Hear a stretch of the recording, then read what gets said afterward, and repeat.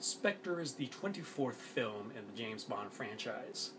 It's quite significant not just for the return of Daniel Craig in his fourth turn as 007, or the return of Sam Mendes, who last gave us Skyfall, but marks the return of Spectre itself. Spectre has not been seen in a James Bond film since 71's Diamonds Are Forever. Now, the reason for that is that Spectre and any characters relating to Spectre were tied up in legal rights issues. And thankfully, those legal issues were rectified and the rights were turned over to the producers of the Bond films. So now they can do what they will with the organization and any characters that come with. So, here we are, Spectre returns. And in grand fashion, Spectre is very much the most James Bond-esque Bond film in the Craig era. We have all of the elements that fans have come to know for a Bond film. Global locales, the dry humor, great action set pieces, the Bond girls, and probably the most significant to most fans is the return of the gun barrel to the beginning of the Bond film. So everyone's always like, how come there's no gun barrel? Where's the gun barrel? So here we are, the gun barrel, perfectly placed at the beginning and sets you back into the world of Bond. The Bond that we know, the Bond that we love. And it's a fun ride. It's like, I enjoyed it. Now, Spectre follows 007 as he is investigating a lead that unearths a criminal organization known as Spectre. Now, I'm not giving anything away, since considering the movie is called Spectre and it's mentioned in the trailer. Now, he follows this lead to investigate this criminal organization, and in the process, he follows the leads to other people, and the mystery unfolds as he's trying to get to the bottom of who this organization is and who is in charge. In the meantime, M himself is dealing with politics and the organizations of Parliament as they are trying to shut down the 00 branch, and obviously M and company want to keep that alive. So, two major elements going on here. Now, Daniel Craig is fantastic as Bond.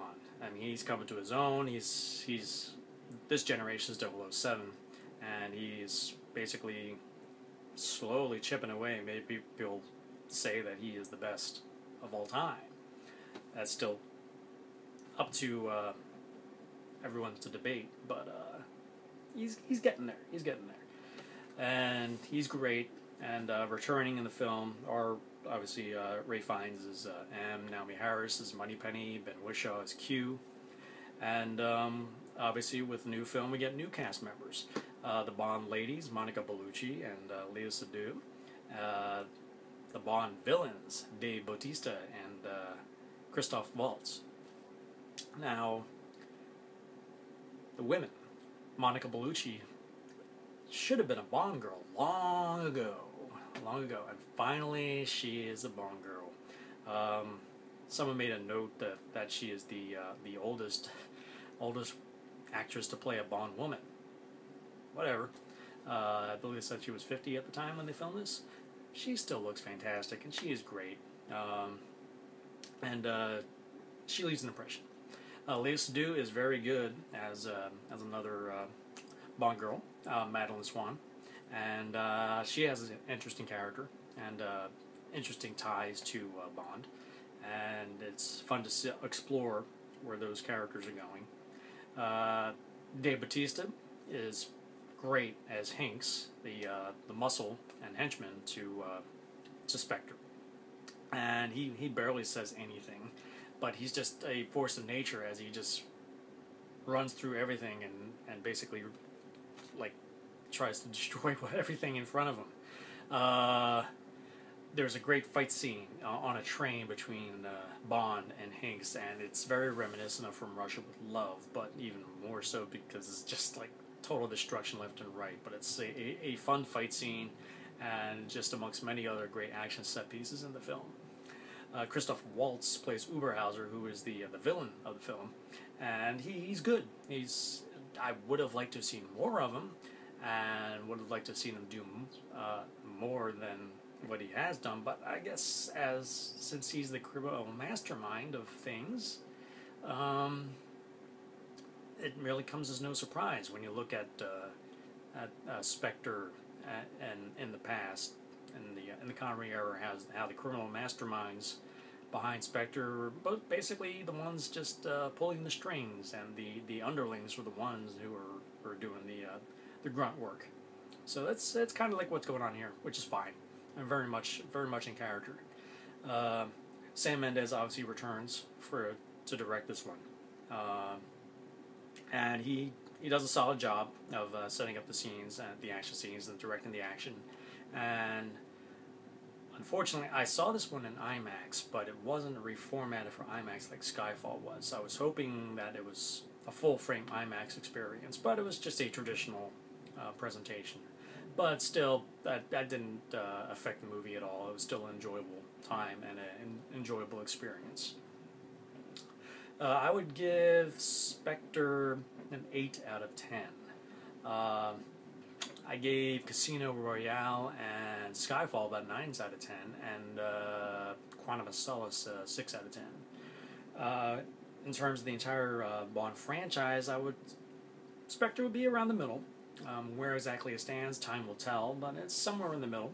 And as a fan of the entire franchise, I mean, I've grown to like A View to a Kill and Man with a Golden Gun, two of my least favorite Bond movies, and I've grown to appreciate them in a way. So yeah, this would somewhere in the middle.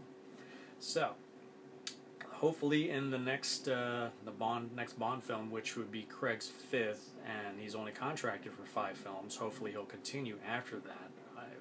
There are a lot of plot elements in this one that I would like to see explored further, because they basically did to Craig's Bonds what the Fast and Furious franchise did in the later sequels, where suddenly they just retroactively tied everything together. So that's kind of what they did here with Spectre, is they tied it all together, all 4 films. Casino, Quantum of Solace, Skyfall, and this are all connected in some way. And it's fun to see how they present that. So hopefully this continues in the 5th film in the Craig era and beyond. So, if you like my review, please hit the like button below. Have you seen Spectre? Are you looking forward to Spectre? What do you think? What were your favorite parts? What were your least favorite parts? Please comment below and let me know. If you haven't already subscribed to my channel, please do, and so you can stay on top of my reviews as they come in. And until next time, remember, shaken, not stirred.